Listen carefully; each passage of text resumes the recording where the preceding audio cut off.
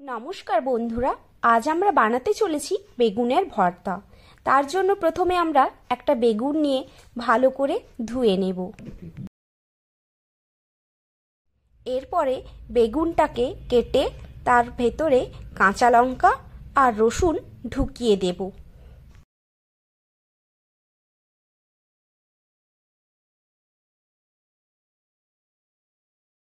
তোমরা কারা কারা কোথা থেকে রেসিপিটি দেখছো আমাকে কমেন্ট করে জানিও।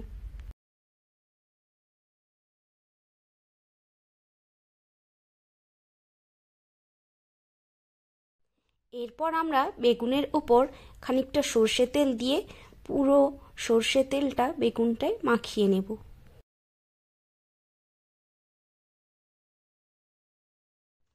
পুরোটা ভালোভাবে মাখানো হয়ে গেছে। এরপর আমরা গ্যাসের ফ্লেম অন করে বেগুনটাকে পুড়তে দেব।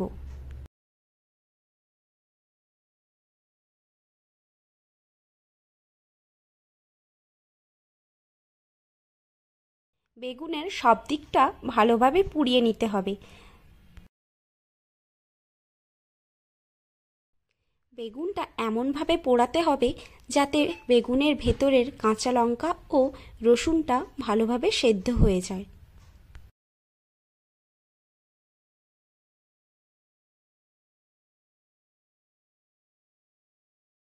দেখো, আমরা এখানে 4টে বেগুন পুড়েছি।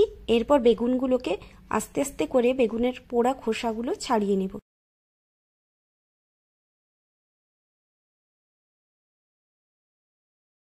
দেখো, বেগুনের খোসাগুলো ছাড়ানো কমপ্লিট।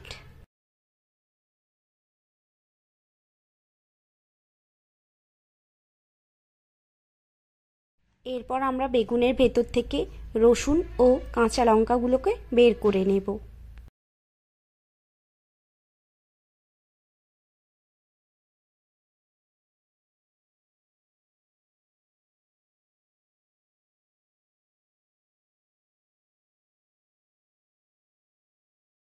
এরপর গ্যাসের ফ্লেম অন করে একটা শুকনো লঙ্কাকে পুড়িয়ে নেব।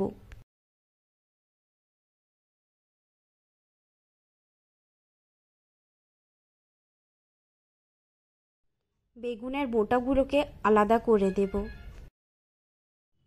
স্বাদ মতো নুন দিয়ে পুরোটাকে ভালো করে মাখিয়ে নেব। এরপর শুকনো লঙ্কা, কাঁচা লঙ্কা ও রসুনগুলো একসাথে মাখিয়ে নেব।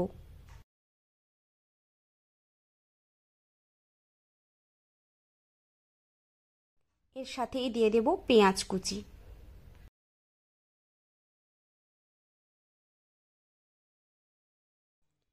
এরপর দিয়ে দেব পরিমাণ মতো সর্ষের তেল। এরপর বেগুনগুলোকে দিয়ে দিলাম, দিয়ে পুরোটা ভালো করে মাখিয়ে নেব।